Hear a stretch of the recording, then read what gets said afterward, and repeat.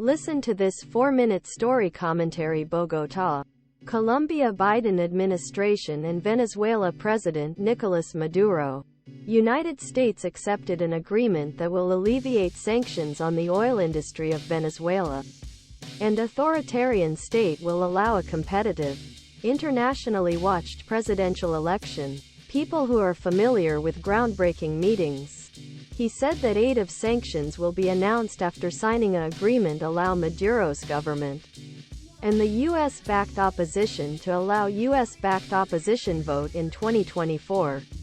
Maduro, who claimed victory in 2018 elections seen as ulent, said that he would accept process lifting prohibitions on opposition candidates.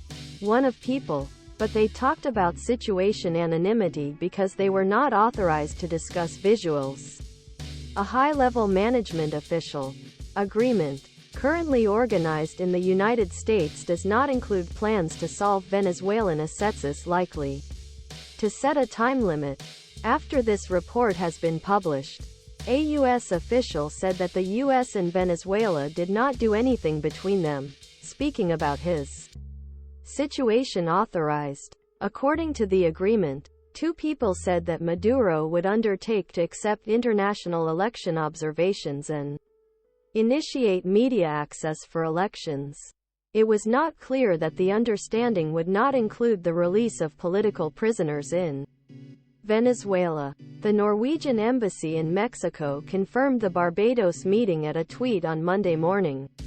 The Norwegian government, Venezuela government and Venezuela opposition leaders said that unitary platform, which is a coalition of Venezuelan opposition leaders, will return to negotiations. Delegations will come this afternoon if the agreement is signed. He said that the U.S. government is ready to announce that certain oil sanctions against Venezuela have been abolished.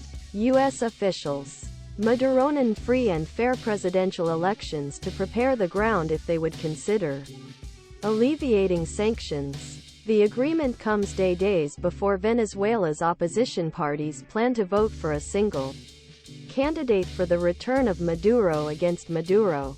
He was sharply condemned by the U.S. government.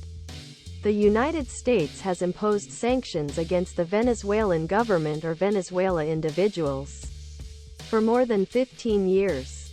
But after declaring Maduro's victory in 2018 illegitimate, it significantly tightened them at the beginning of 2019. The Trump administration approved Venezuela's state oil company, central bank and key government officials. Then he brought a wider economic embargo.